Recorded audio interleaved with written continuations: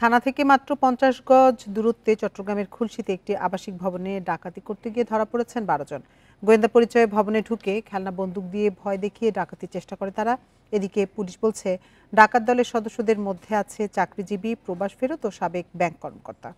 এ নিয়ে বিস্তারিত জানাতে চট্টগ্রাম থেকে আমাদের সাথে যোগ দিচ্ছেন সহকর্মী অনুপম শীল। অনুপম, এই ঘটনায় এখন পর্যন্ত কোনো মামলা হয়েছে কিনা, আর যারা এই ডাকাতির সাথে জড়িত, এ ধরনের অপরাধে জড়ালেন, তারা কি কারণে এ ধরনের অপরাধে জড়ালেন, এ বিষয়ে পুলিশ কিছু জানাতে পেরেছে কিনা? প্রথমত যেই ফ্ল্যাটটিতে এই ডাকাতির চেষ্টাটি হয়েছে তিনি আমাদেরকে বলেছেন এখনো মামলা হয়নি, তবে তিনি প্রস্তুতি নিচ্ছেন যেহেতু তার কোনো জিনিস খোয়া গেছে কিনা এবং তার পরিবারের সদস্যরা আসলে চট্টগ্রামে নেই, কক্সবাজারে ছিল, একটু আগে খবরও আমরা জেনেছিলাম। তো তিনি পরিবারের সদস্যের সাথে পরামর্শক্রমেই এই মামলাটি করতে চান, এই জন্য তিনি আসলে একটু অপেক্ষা করছেন।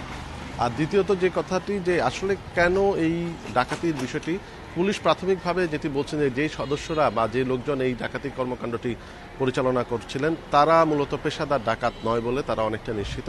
পুলিশ বলছেন যে এখানে তৃতীয় কোনো পক্ষের ইন্ধন আছে কিনা অথবা অন্য কোনো কারণ আছে কিনা সেই বিষয়টি খতিয়ে দেখা হচ্ছে। যেহেতু চট্টগ্রাম নগরীর অন্যতম একটি অভিজাত এলাকা এবং বেশ নিরাপদ এলাকা হিসেবে এই আবাসিক এলাকাটি অর্থাৎ খুলশী এলাকাটি পরিচিত, তাই স্বভাবত এই এলাকায় এই ধরনের একটি ঘটনা একটি আলোচনা তৈরি করেছে এবং সেই এলাকার বাসিন্দাদের মধ্যে এক ধরনের আতঙ্ক তৈরি করেছে। কারণ এরকম রাতে বলা যায় যে জোর করে ঘরে ঢুকে এভাবে ডাকাতির চেষ্টা করা বা যারা সিকিউরিটি গার্ড আছে তাদেরকে হুমকি ধামকি দিয়ে বেঁধে ফেলা, এই বিষয়টি স্বভাবত একটি আতঙ্ক তৈরি করেছে। তবে পুলিশের পক্ষ থেকে যেটি বলা হচ্ছে তারা ঘটনাটি অনুসন্ধান করছেন এবং এর পেছনে কী কী কারণ আছে সেই বিষয়টি বের করে নিয়ে আসছেন এবং এরা কি আসলেই ডাকাত কিনা নাকি এই যে ফ্ল্যাটটিতে এই ঘটনাটি ঘটেছে সেই ফ্ল্যাটের মালিকের সাথে অন্য কোনো ধরনের তাদের বিরোধ রয়েছে কিনা সেই বিষয়টিও আসলে মাথায় রাখছেন।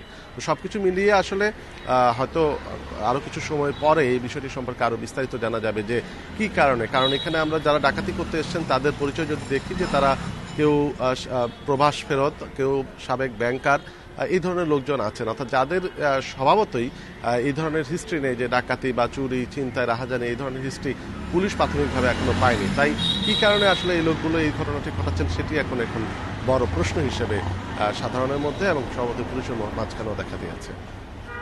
চট্টগ্রাম থেকে সবশেষ তথ্য জানাচ্ছিলেন সহকর্মী অনুপম।